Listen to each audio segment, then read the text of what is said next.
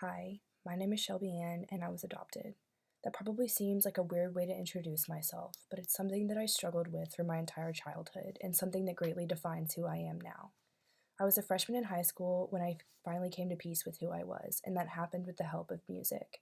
Growing up, I always knew that I was adopted, but it wasn't until I started school that I noticed how different I really was from the rest of my family.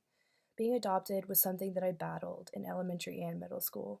I felt as though I was alone and that no one around me truly understood what I was going through.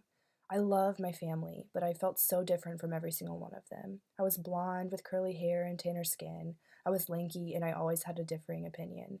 So it was kind of obvious when we went out in public that I didn't quite fit in. It was hard explaining to kids my age why I was so different from my family.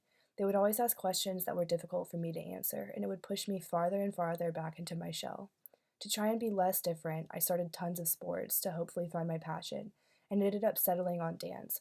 This was a true turning point in my life because it was my first introduction to the music that I love.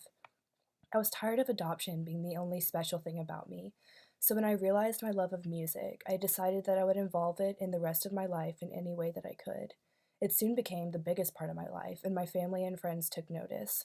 I started to branch out and really become exactly who I had always wanted to be. My mom quickly took me out of dance classes and convinced me to join the women's and advanced choirs at my high school. She took me to over 20 concerts my junior and senior year. My dad was supportive in other ways. He would sit with me for hours and listen to the songs that I wanted to show him. He would take me on car rides just so we could listen to our favorite songs on the car radio, and he has never stopped encouraging me to do what I love. They got me my first phone so that I could have music, and it has been incredibly important to me ever since. It holds my almost 5,000 song library, and it's what I first heard my favorite lyrics on from Ren Weaver. You cast a spell on me, I was broken by the breeze, and running from the ones behind me.